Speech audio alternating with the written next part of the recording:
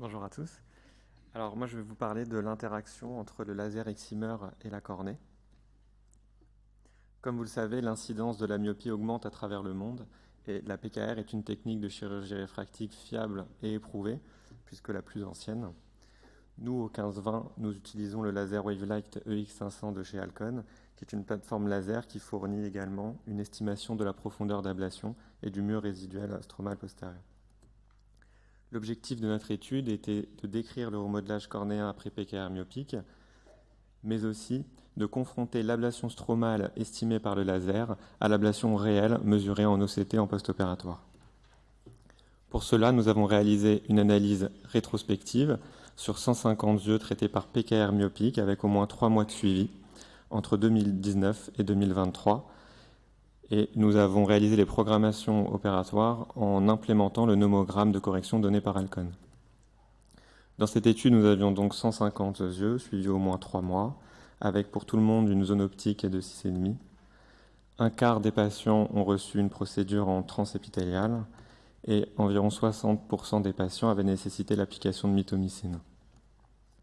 Dans un premier temps, nous avons donc décrit le remodelage cornéen après PKR myopique, qui a été conforme avec les résultats retrouvés dans la littérature, c'est-à-dire un épithélium aminci à 1 mois, qui s'épaissit au cours des mois, alors que le stroma est évidemment aminci en post-opératoire et reste bien stable au cours du temps.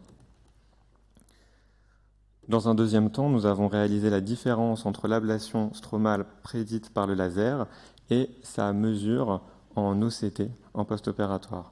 Il s'est avéré que le laser sous-estimait en moyenne de 10 microns la profondeur d'ablation, ce pourquoi nous avons réalisé un modèle de régression linéaire qui nous a permis d'identifier 3 situations à risque de surablation, en particulier la myopie forte, la kératométrie de plus de 44 dioptries et les procédures transépithéliales.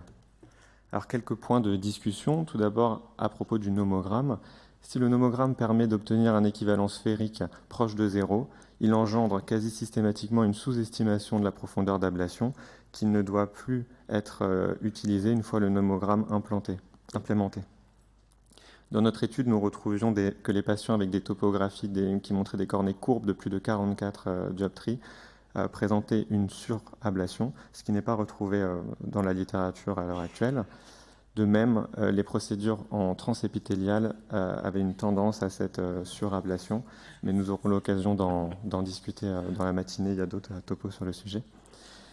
Quelques mots pour finir sur la biomécanique, qui n'était pas utilisée dans notre modèle de régression linéaire, mais qui ouvre la voie à une personnalisation future des traitements de chirurgie réfractive.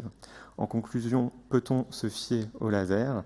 Eh bien, la réponse est oui, à condition de bien le connaître, c'est-à-dire vérifier le stroma résiduel dans un premier temps sans implémenter le nomogramme, d'identifier les cas qui peuvent poser problème, comme les myopies fortes ou comme suggéré dans notre étude, les cornées très courbes, faire attention aux trans-PKR dans les cas limites, et puis essayer d'analyser la cornée de façon multimodale en incluant la biomécanique. Merci.